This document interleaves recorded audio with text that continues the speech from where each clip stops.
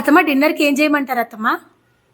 ఈరోజు నీకు సెలవమ్మా, హ్యాపీగా కూర్చో ప్రశాంతంగా. ఏంటి కోడలికి సెలవు ఇచ్చి అత్తగారు ఏం చేస్తారో? ఇప్పుడు మమ్మల్ని పస్తు పెట్టే కార్యక్రమం ఏమన్నా పూనుకున్నారా ఏంటి? ఏం లేదమ్మా, 5 కప్స్ తోటి దోశ పోస్తాను నీకు. గెరిటతోటి దోశ పోయొచ్చు, 5 కప్పులు ఎందుకు? ఎందుకు తినబోతు రుచి ఎందుకు చూపిస్తా పదా. చూడండి, 5 కప్పులతో దోశలంట. చూద్దాం ఏం చేస్తారు. 5 కప్స్ అంటే దీంతో 5 కప్పులండి.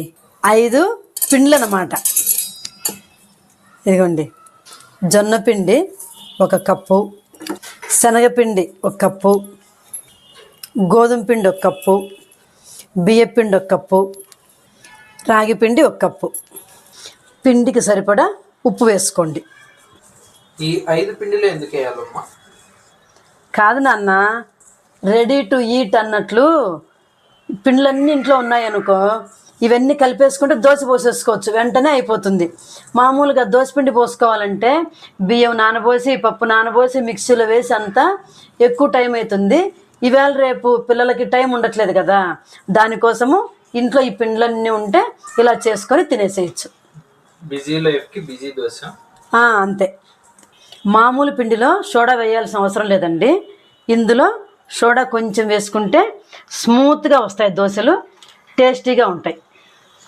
ఇంకా వాటర్ వేసి కలుపుకుందామండి. వెంటనే పోసేసుకోవచ్చండి, దీన్నేమి కాసేపు నానబెట్టాలి అనేటువంటిది ఏం లేదు.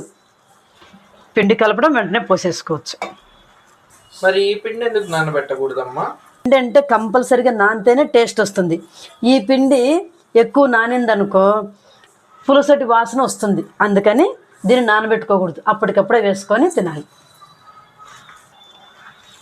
మరి దీంట్లోకి ఏం చట్నీ చేసుకుంటే బాగుంటుందో అది కూడా చెప్పమ్మా. నీకే చట్నీ కావాలి? పల్లీల చట్నీ కావాలన్నా, పుట్నాల చట్నీ కావాలన్నా, టమోటా చట్నీ కావాలన్నా, లేకపోతే ఇంట్లో ఉండే పొళ్ళు వేసుకొని తినేస్తావా?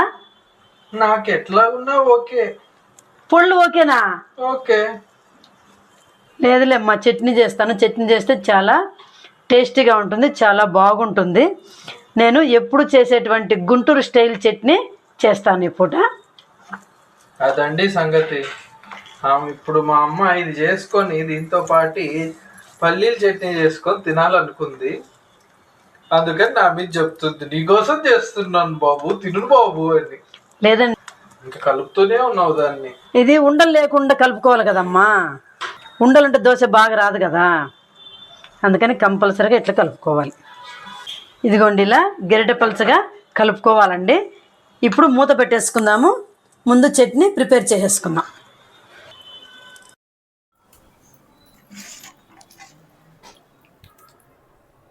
ఒక గెరిటె పోసుకోవాలండి, కానీ మామూలు దోశపిండి అంత పలుచగా రాదు, కానీ టేస్ట్ చాలా బాగుంటుంది.